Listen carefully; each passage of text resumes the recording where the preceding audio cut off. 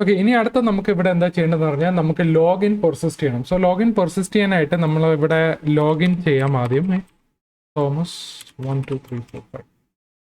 ഇവിടെ ലോഗിൻ ചെയ്ത് കഴിയുമ്പോൾ നമ്മൾ റീഫ്രഷ് ചെയ്താലും പേജ് റീഫ്രഷ് ചെയ്താലും ലോഗിൻഡ് ആയിരിക്കണം. ഓക്കെ, നേരത്തെ നമ്മളിവിടെ ലോഗിൻ ചെയ്തിട്ട് നമ്മൾ പേജ് റിഫ്രഷ് ചെയ്യുമ്പോൾ തിരിച്ച് പിന്നെയും ലോഗിൻ യൂസർ നെയിം പാസ്വേഡും കാണിക്കും. അപ്പോൾ അത് മാറ്റാൻ വേണ്ടി നമ്മളിവിടെ കറക്റ്റ് നമ്മളിവിടെ ലോഗിൻഡ് ആയിരിക്കണം. പേജ് റീഫ്രഷ് ചെയ്താലും നമ്മളവിടെ ലോഗിൻഡ് തന്നെ ഇരിക്കണം. അതിനാണ് നമ്മൾ പെർസിസ്റ്റ് ചെയ്യണം. സോ പെർസിസ്റ്റ് ചെയ്യാനായിട്ട് നമ്മളിവിടെ സ്റ്റോറേജിനകത്ത് ഞാനിവിടെ ലോക്കൽ സ്റ്റോറേജ് എന്ന് പറയുന്നൊരു സാധനമുണ്ട്. ലോക്കൽ സ്റ്റോറേജിനകത്ത് ഞാനിവിടെ എൻ്റെ ലോഗിൻ്റെ ഡീറ്റെയിൽസ് എല്ലാം ഞാനിവിടെ സ്റ്റോർ ചെയ്ത് വെച്ചിട്ടുണ്ട്. ഓക്കെ, സോ ഇത് നോക്കിയിട്ടായിരിക്കും നമ്മൾ പേജ് റീഫ്രഷ് ചെയ്യുമ്പോൾ ഈ ലോക്കൽ സ്റ്റോറേജിനകത്തുള്ള യൂസറെ നോക്കിയിട്ടായിരിക്കും ഇവിടെ ലോഗിൻഡ് ആണോ അല്ലേ എന്ന് നമ്മളിവിടെ കണ്ടീഷൻ ചെക്ക് ചെയ്യുന്നത്. അപ്പോൾ ഇതെങ്ങനെ നമുക്ക് കോഡിനകത്ത് നമുക്ക് നോക്കാം. ഇപ്പോൾ കോഡിൽ കുറച്ച് ചേഞ്ചസ് ഉണ്ട്.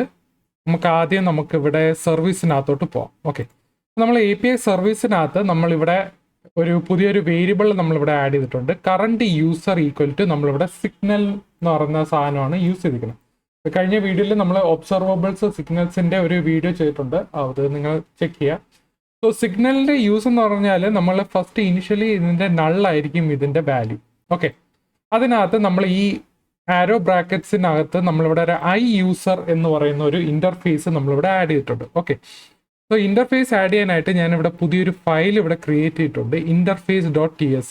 നിങ്ങൾക്ക് വേണമെങ്കിൽ ഈ ഫയൽ നിങ്ങൾ വേറൊരു ഫോൾഡർ ക്രിയേറ്റ് ചെയ്ത് അതിനകത്തിട്ട് പുതിയ ക്രിയേറ്റ് ചെയ്ത് ഇടാം, അത് നിങ്ങളുടെ ഇഷ്ടം.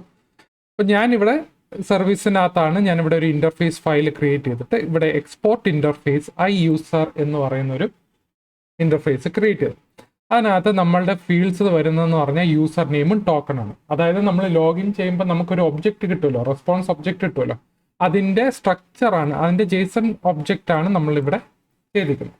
യൂസർ നെയിമും ടോക്കണും രണ്ട് സ്ട്രിങ് ആണ് വരുന്നത്. ഓക്കെ, സോ അത് രണ്ട് നമുക്ക് സെയിം ആയിട്ട് ഇവിടെ കൊടുക്കാം. അതായത് നമുക്ക് ഇവിടെ റെസ്പോൺസ് വരുമല്ലോ, ഇവിടെ നമ്മൾ ലോഗൗട്ട്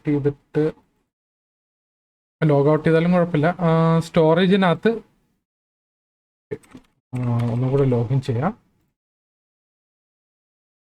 ഓക്കെ, ലോഗിൻ ചെയ്യുമ്പോൾ നമുക്ക് ഈ ഒരു ഒബ്ജക്റ്റ് ഉണ്ടല്ലോ, ഈ ഒരു യൂസർ നെയിം, ഇത് ഈ ഒരു യൂസർ നെയിം, ഇതിൻ്റെ സ്ട്രക്ചർ യൂസർ നെയിം ടോക്കൺ, ഈ ഒരു സ്ട്രക്ചറാണ് നമ്മളിവിടെ ഒരു ഇന്റർഫേസ് ക്രിയേറ്റ് ചെയ്തത്. ഓക്കെ, ഈ സെയിം സാധനം തന്നെ ആയിരിക്കണം ഇവിടെ നമുക്ക് ആഡ് ചെയ്യാനായിട്ട്. എന്നിട്ട് നമ്മൾ എന്ത് ചെയ്യും, നമ്മളിവിടെ API സർവീസിനകത്ത് ഈ യൂസർ നമ്മളിവിടെ ഇമ്പോർട്ട് ചെയ്തിട്ടുണ്ട്. ഓക്കെ, ഈ ഇമ്പോർട്ട് ചെയ്യുമ്പോൾ നമുക്ക് ഇതിൻ്റെ ടൈപ്പ് എന്ന് പറഞ്ഞാൽ ചിലപ്പോൾ യൂസർ വരാം, അല്ലെങ്കിൽ നള്ളും വരാം. നമ്മളിവിടെ ഇനിഷ്യലി നമ്മൾ നള്ളാണ് കൊടുക്കുന്നത്. സോ നമ്മളിവിടെ ഒരു ഇട്ടിട്ട് ഇവിടെ നമ്മളൊരു നൾ ടൈപ്പായിട്ടും കൊടുക്കുന്നുണ്ട്. ഓക്കെ, സോ ലോഗിൻ്റെ ഫംഗ്ഷനകത്ത് നമ്മളിവിടെ HTTP പോസ്റ്റിൽ നമ്മൾ ഇത്രയും വരെ എഴുതിയിട്ടുള്ളായിരുന്നു കഴിഞ്ഞ വീഡിയോയിൽ. ഇനി നമുക്കിവിടെ ഒബ്സർവബിൾ ആഡ് ചെയ്യണം. ഓക്കെ, ഒബ്സർവബിൾ ആഡ് ചെയ്യാനായിട്ടാണ് നമ്മളിവിടെ പൈപ്പ് എന്ന് പറഞ്ഞൊരു എക്സ്റ്റൻഷൻ നമ്മളിവിടെ യൂസ് ചെയ്യുന്നത്. ഇവിടെ പൈപ്പ് നോക്കിക്കഴിഞ്ഞാൽ ഇവിടെ ഒബ്സർവബിൾ ആണ് സാധനം യൂസ് ചെയ്യുന്നത്. സോ ഒബ്സർവബിളിനകത്ത് നമ്മൾ ഡോട്ട് പൈപ്പിനകത്ത് നമ്മളിവിടെ മാപ്പ് എന്ന കണ്ടീഷൻ നമ്മളിവിടെ എഴുതിയിട്ടുണ്ട്. ആ മാപ്പിനകത്ത് നമ്മുടെ യൂസർ എന്ന് പറയുന്നത് ആ റെസ്പോൺസിൽ വരുന്ന ഒബ്ജക്റ്റ് ആണ് നമ്മളുടെ കിട്ടുന്ന യൂസർ. ആ യൂസർ കണ്ടീഷനിൽ നമ്മൾ ചെക്ക് ചെയ്യും, യൂസർ ഒബ്ജക്റ്റ്, ആ ഒബ്ജക്റ്റ് ഉണ്ടോ ഇല്ലയെന്ന് ചെക്ക് ചെയ്യും. ഒബ്ജക്റ്റ് ഉണ്ടെങ്കിൽ എന്ത് ചെയ്യും, നമ്മളിവിടെ ലോക്കൽ സ്റ്റോറേജിനകത്തോട്ട് സെറ്റ് ചെയ്യും. സെറ്റ് ഐറ്റം എന്ന് local storage dot set item, അതിനകത്ത് നമ്മുടെ കീ നെയിം കൊടുക്കും യൂസർ. പിന്നെ നമ്മുടെ വാല്യൂ എന്ന് പറയുന്നത്, ഇത് ആക്ച്വലി യൂസർ എന്ന് പറയുന്നത് ഒബ്ജക്റ്റ് ആണ്. ഓക്കെ, യൂസറിന്റെ ടൈപ്പ് എന്ന് പറയുന്നത് യൂസർ ആണ്. അതിനെ നമ്മൾ എന്ത് ചെയ്യണം, നമ്മൾ അതിനെ സ്ട്രിങ്ങിലോട്ട് കൺവേർട്ട് ചെയ്യണം. അതായത് ജേസൺ ഒബ്ജക്റ്റിനെ നമ്മൾ സ്ട്രിങ്ങിൽ കൺവേർട്ട് ചെയ്യാനായിട്ട് നമ്മളിവിടെ JSON.stringify എന്ന് പറഞ്ഞൊരു മെത്തേഡ് യൂസ് ചെയ്യും. ഓക്കെ, അതാണ് നിങ്ങൾ ഈ കണ്ട സാധനം. അതായത് ഈ ലോക്കൽ സ്റ്റോറേജിനകത്തോട്ട് സെറ്റ് ചെയ്യുമ്പോൾ ഇത് ആക്ച്വലി ഇതൊരു സ്ട്രിങ് ആണ്, സ്ട്രിങ് ഒബ്ജക്റ്റ് ആണ്. ഓക്കെ, അവിടെയാണ് നമ്മളിവിടെ യൂസ് ചെയ്യുന്നത്. എന്നിട്ട് നമ്മളിവിടെ എന്ത് ചെയ്യും, നമ്മളുടെ കറണ്ട് യൂസറിനെ പിടിച്ച് നമ്മൾ ആദ്യം ഇവിടെ യൂസറിനെ പിടിച്ച് സെറ്റ് ചെയ്യും.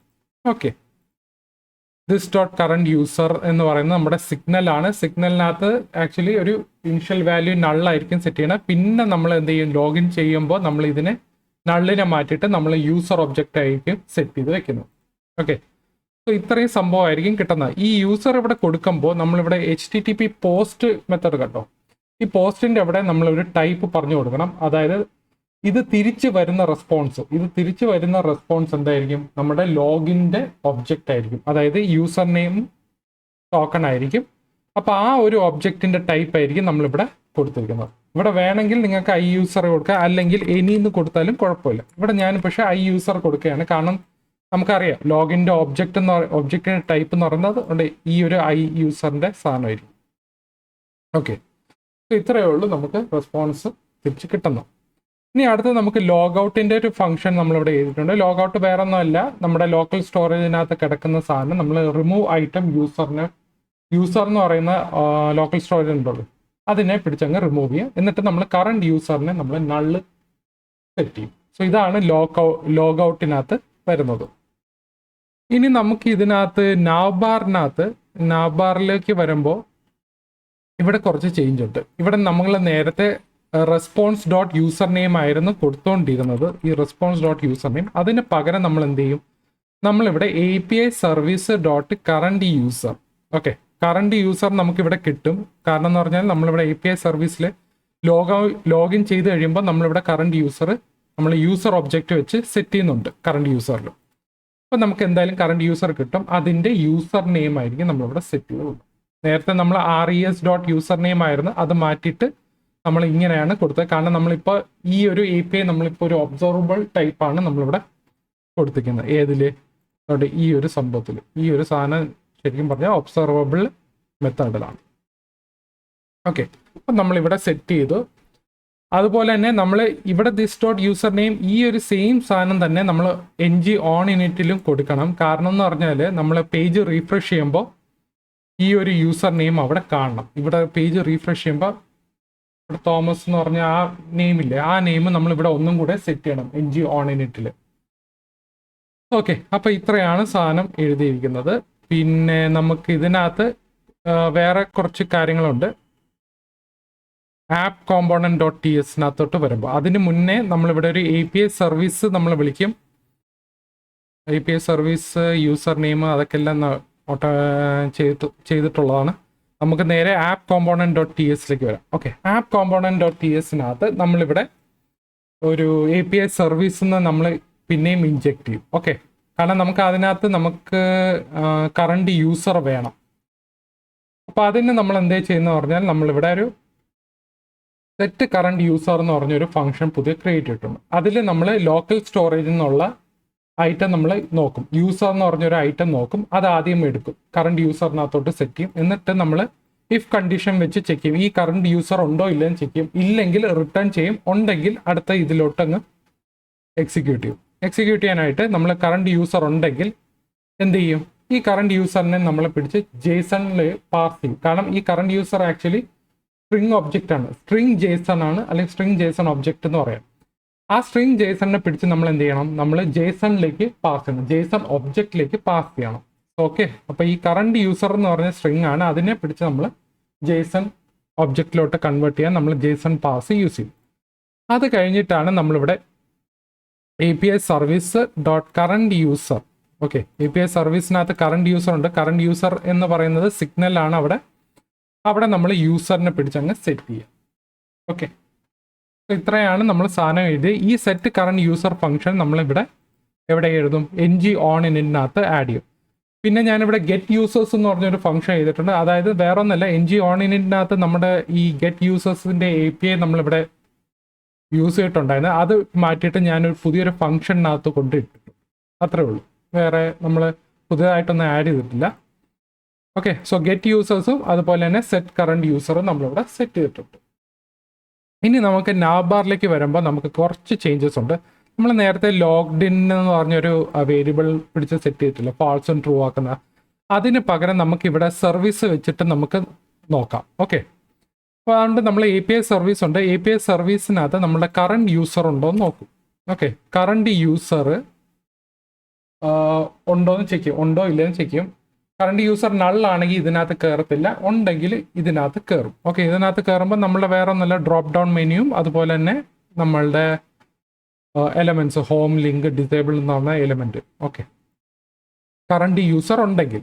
ഇനി അഥവാ കറണ്ട് യൂസർ ഇല്ലെങ്കിൽ അതായത് if API service dot current user null ആണെങ്കിൽ നമ്മൾ എന്ത് ചെയ്യും, ഇതിനെ പിടിച്ച് നമ്മളെ ഫോം കാണിക്കും. ഏത് യൂസർ ലോഗിൻ ചെയ്യാനുള്ള ഫോം ആയിരിക്കും നമുക്ക് ഇതിനകത്ത് കാണിക്കുന്നത്.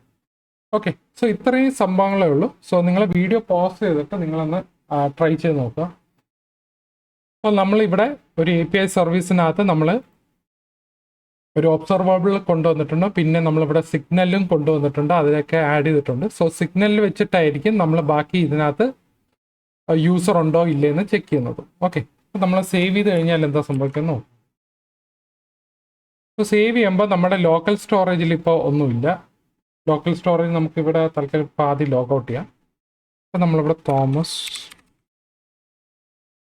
1 2 3 4 5 ലോഗിൻ ചെയ്യുമ്പോൾ API വിളിക്കുക. APIക്കകത്താണ് നമ്മൾ ഈ ലോക്കൽ സ്റ്റോറേജ് ഒക്കെ സെറ്റ് ചെയ്യുന്ന സാധനം. ഓക്കെ, ലോക്കൽ സ്റ്റോറേജിൽ സെറ്റ് ചെയ്യും. ഇവിടെ കണ്ടോ, ലോക്കൽ സ്റ്റോറേജ് സെറ്റ് ആയിട്ടുണ്ട്. ഇനി അടുത്ത് നമുക്ക് പേജ് റീഫ്രഷ് ചെയ്യുമ്പോൾ കറണ്ട് യൂസർ ചെക്ക് ചെയ്യുന്നത് ആക്ച്വലി എവിടെയാണ്, നമ്മുടെ ലോക്കൽ സ്റ്റോറേജിനകത്തായിട്ടാണ് നോക്കുന്നത്. ലോക്കൽ സ്റ്റോറേജിനകത്ത് ഈ യൂസർ ഡീറ്റെയിൽസ് ഉണ്ടെങ്കിൽ മാത്രമേ ഇതിനകത്ത് കാണിക്കത്തുള്ളൂ. ഇപ്പം നമ്മുടെ ലോഗിൻ ഫോം ഒന്നും ഇല്ല, ഡയറക്റ്റ് നമ്മൾ ലോഗിൻ പേജിലാണ് നിൽക്കുന്നത്. ലോഗിൻ്റെ പേജിലാണ് നമ്മളിപ്പോൾ നിൽക്കുന്നത്. പേജ് റീഫ്രഷ് ചെയ്താലും കറക്റ്റായിട്ട് വർക്ക് ചെയ്യുന്നുണ്ട്. ഇനി നമ്മളിവിടെ ലോഗ് ഔട്ട് കൊടുത്താൽ അപ്പോൾ തന്നെ നമ്മുടെ ലോക്കൽ സ്റ്റോറേജിൽ നിന്ന് അങ്ങ് റിമൂവ് ആയി പോകും.